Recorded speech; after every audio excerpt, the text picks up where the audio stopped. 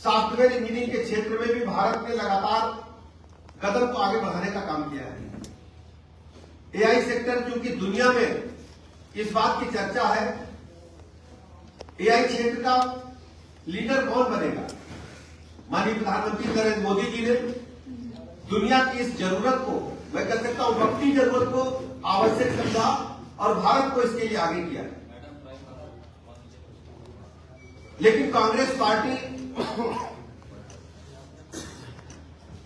जिस ढंग से सत्ता के मद में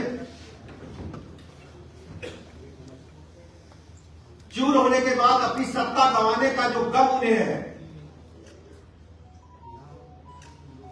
वो उन सबों को किसी भी हद तक जाने को मजबूर कर रहा है।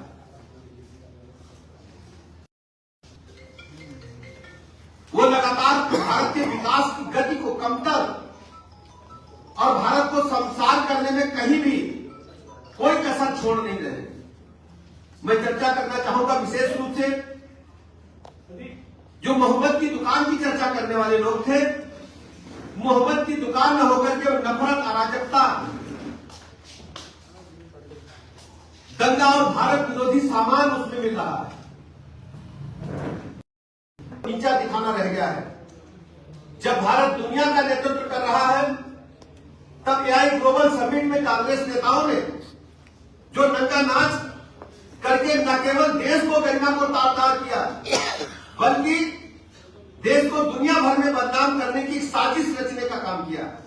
आज राहुल गांधी जी नंगा नाच करके इन कांग्रेसियों का महिमा मंडन कर रहे हैं, कह रहे हैं, बब्बर शेर कह रहे हैं।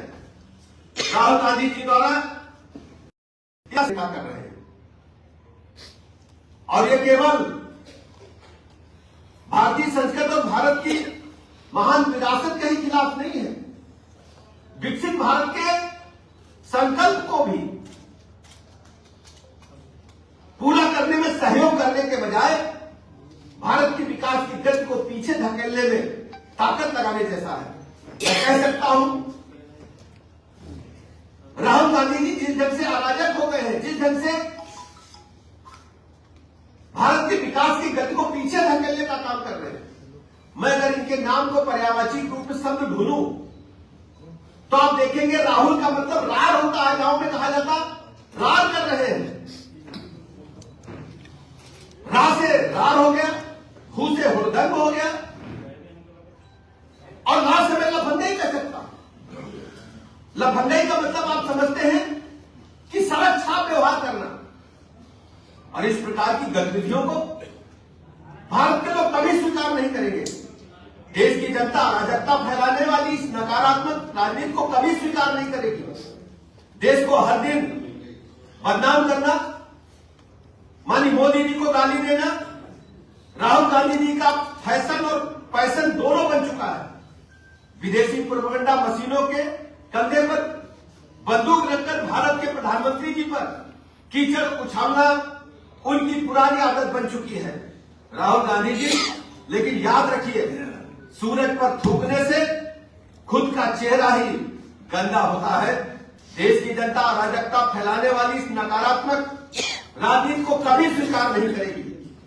राहुल गांधी जी खुद को बब्बर शेर होने का दावा करते हैं, लेकिन हकीकत यह है कि आप विदेशी शक्तियों के केवल प्यादे बनकर के रह गए हैं। आपका एजेंडा स्पष्ट है, भारत की बढ़ती हुई इकोनॉमी को रोकना और दुनिया भर में भारत की छवि को धूमिल करना। राहुल गांधी जी देश में भारत विरोधी ताकतों के राष्ट्रीय प्रवक्ता बनकर के उभरे हैं।